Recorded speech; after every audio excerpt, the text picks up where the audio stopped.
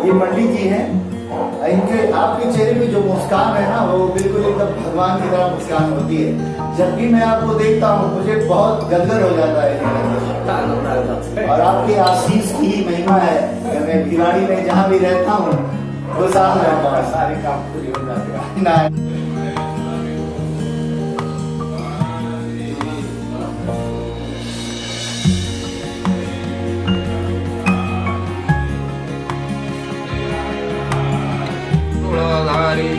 जय हे विष्णु भगवान जय ब्रह्म।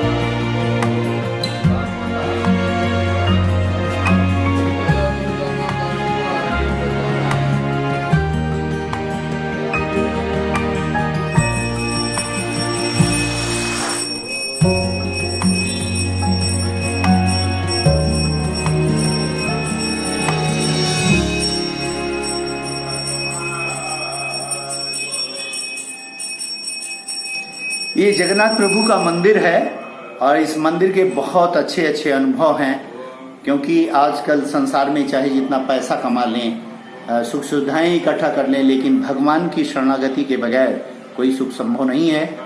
और इसलिए हमारे एक साधक भाई हैं अनंत मलिक जी, उनसे इस मंदिर के कुछ अनुभव हैं, उसके बारे में चलो जानते हैं। बड़ा दिलचस्प अनुभव है।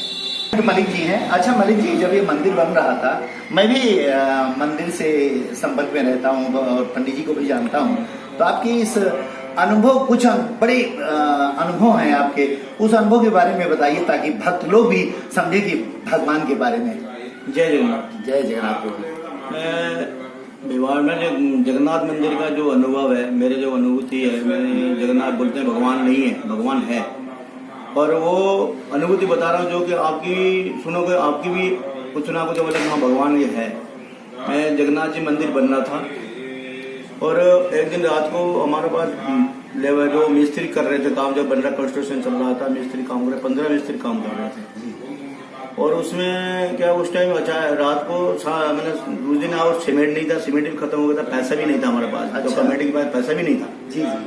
और रात को पंडित जी बोले पैसा नहीं है और सीमेंट भी नहीं है, और रात कल बैठेंगे 15 मिस्त्री बैठेंगे जी। फिर मैं ही था और कोई था नहीं। फिर मैंने कहा चलो सुबह देखेंगे, सुबह में ड्यूटी हुई तो मेरे बीच में था, मैं छुट्टी था उस दिन। मैंने कहा चलो सुबह देखेंगे, फिर देखेंगे तो फिर और सुबह करीब बात करने की मौका मिला, रात करीब 9 बज रहा था। फिर बात कर, मैं सुबह बात करेंगे, फिर मैं चला गया। और सुबह करीब 5